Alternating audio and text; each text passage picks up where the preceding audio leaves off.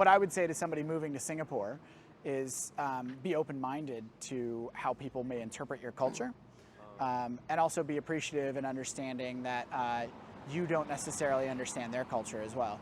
Yeah. So I think it's very important for people to take time to get to know one another, take time to ask questions, go to and experience things together. I think anytime you can go to a Chinese New Year dinner, or you can go to celebrate Hari Raya or Diwali, or any of these cultural experiences that you may have never come across before, go, learn, understand. One thing that COVID helped me self-recognize was how important body language is in cultural exchanges in Asia. I was doing so much business across Pan-Asia, and for example, I don't speak Korean, but all my Korean partners thought that I spoke Korean because I could interpret when they were misunderstanding things through a translator very, very easily. And I think it's a skill that I built over time, was just being able to read body language and people's understanding of a situation emotionally.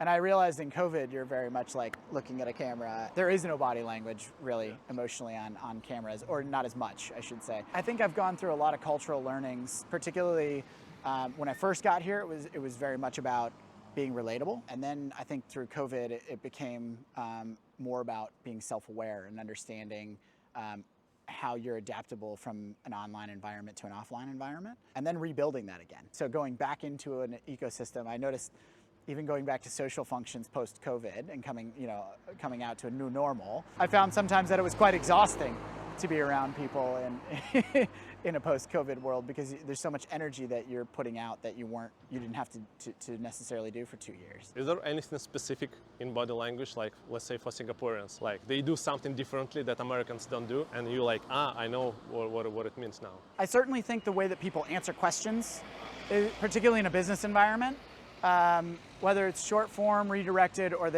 whether or not they ask questions, because there's different types of circumstances that body language would indicate something. So a lot of times if somebody's confused, obviously that's probably one of the easier ones, is they're going to ask a question to clarify.